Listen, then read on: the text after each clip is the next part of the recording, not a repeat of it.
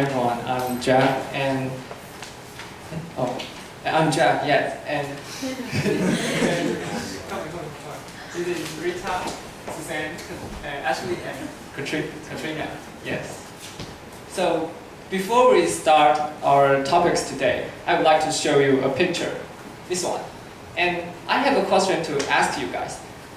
Is this a dog or a polar bear? Yeah, and does anyone want to have a guess? Yes, please. It's polar bear. Yes, I think it's not too hard to recognize. Yeah. But you guys, sorry, but you might have a question at what happened to her, and let's take a look at a normal one. And this is how we think that a polar bear should be, which is strong and even a little bit fat. And so why is that? What have caused the difference?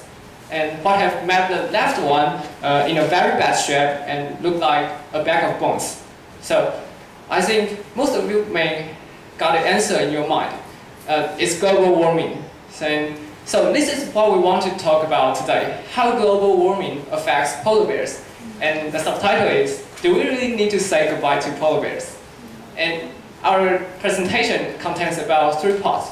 First, Rita and Suzanne will tell us about the cause of global warming. And we all know that the carbon dioxide is the culprit. And the next, how global warming affects the polar bears, which Katrina will handle with it. And the third part, Ashley will give us some tips and what can we do in our daily lives. So now let's welcome Rita. Okay, thanks, Jeff. And do you know how many carbon do you know how many CO2 we made this year? And please look at this chart about the global average temperature and the carbon dioxide concentration from 1880 to 2004. And look at this. And at the beginning of the industrialization, the concentration of carbon dioxide was only 280 parts per million. But as you see, the concentration of carbon dioxide is accelerating from decade to decade. And in the past 10 years, the average annual rate of increase is 2.07 ppm. But this rate is more than double the increase in 1960s, which was only 0.9 ppm. And what even worse, here is news on methane. In human history, the concentration of carbon dioxide have seen the 400 parts per million. And the last time the greenhouse gases in the air was several million years ago. And most of us hope that the world crossing the milestone will bring us awareness about the scientific reality and climate change and how human society should deal with this challenge. And let Suzanne tell us more about the change of temperature. Okay, thank you, Rita. And everybody knows with more and more density of CO2, and that makes us the greenhouse effect. So our temperature will getting higher. And let's see this chart, the source of NASA, and you can find out the temperature of CO2 is getting higher from 1880 to 2012. So let's imagine our Earth is an ice cube. And of course, it's easy to think if the temperature getting higher and the ice will melt. And our Earth is melting now, especially at North Pole and South Pole.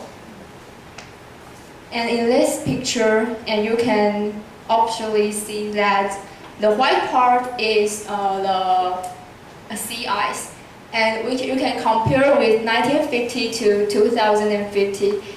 It decreased a lot. And in this chart from 1979 to 2013, you can see the Arctic Sea extent changed from 14 down to 13. So I think you still don't know how much it is. In this picture, you can see that in 1979, the sea ice minimum volume is 16,855, but when it comes to last year, 2012, it only have 3,261. So with this serious situation about the ice melting, how can polar bear live? So that will come Katrina tell us what happened to polar bears. Thanks Suzanne and Rita for telling us the reason why global warming is getting worse now. As we just mentioned about, the rising release of carbon dioxide has given us a warm planet. For human beings, global warming is a defining challenge, but for polar bears, they may spell extinction. And now, let me show you how are polar bears affected by global warming and what's the crisis that they are facing now. As the global warming rise, the temperature is rising and the ice glacier is melting.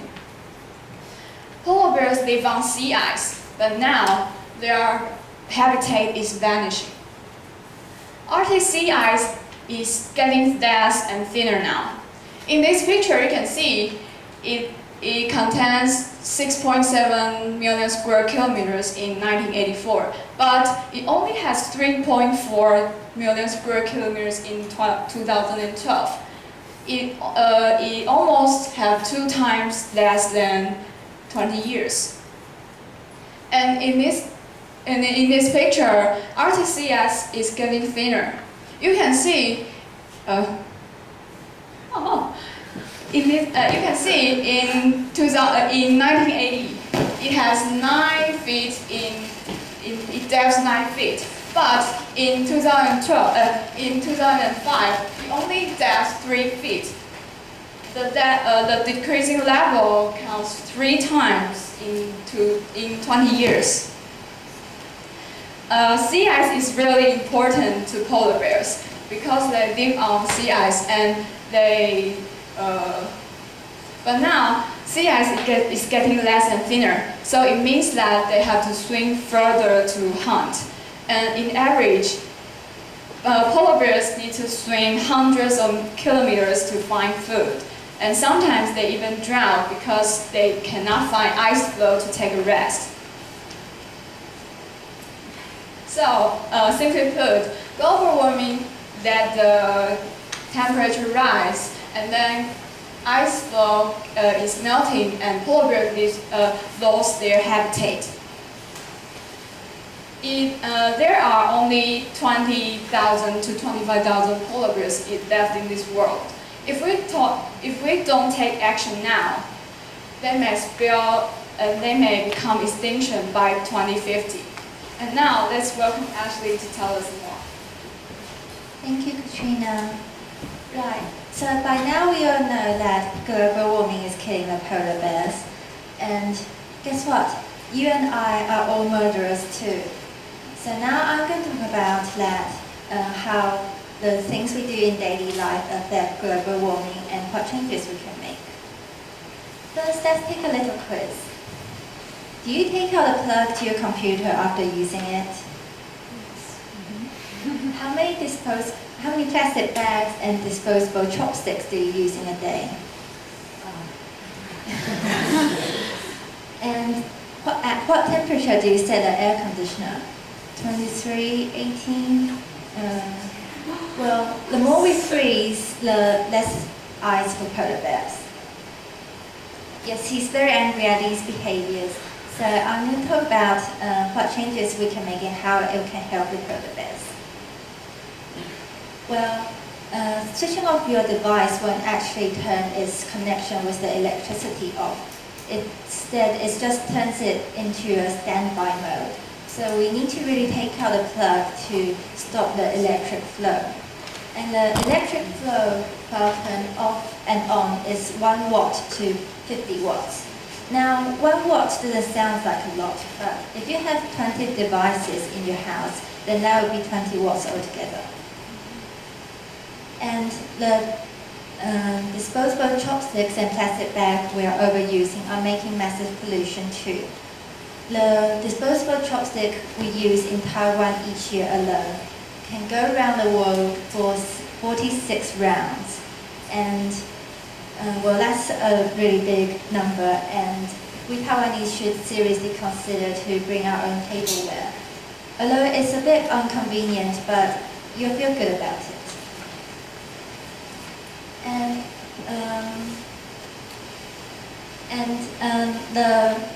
In this pie chart, it shows that the air conditioner, 27% of the air conditioner goes to waste because of improper temperature settings and leakage, meaning that if we have the appropriate temperature setting accompanied by a fan and firmly closed doors and windows, we can help save energy a lot.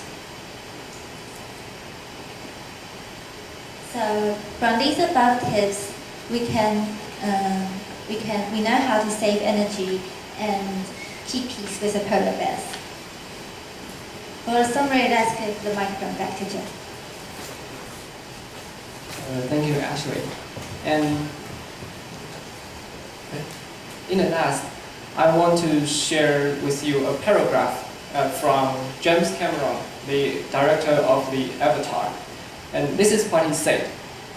We are going to find out the hard way if we don't wise up and start seeking a life that's in balance with the natural world and the natural cycle of life on Earth.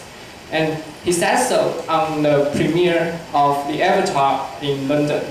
And this verse is also the reason why we choose this topic.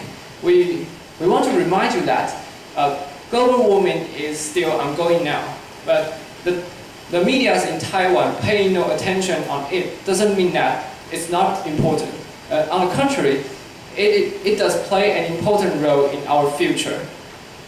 And 20 years ago, on Rio Summit, a 12-year-old girl, Sarah Suzuki, she had appealed to the world and that if you don't know how to fix the earth, then please just stop breaking it.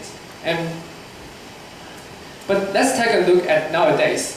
Do we human beings really stop, or we are becoming further intensified? So I know that we only have little power or little influence on the world, but that is not an excuse that we should not do something to protect the world. So let's just follow the tips that we've given to you, and protecting the world starts from you and me. And this is the end of our presentation. And if you have any question, bring it out. Question? Any? Yes.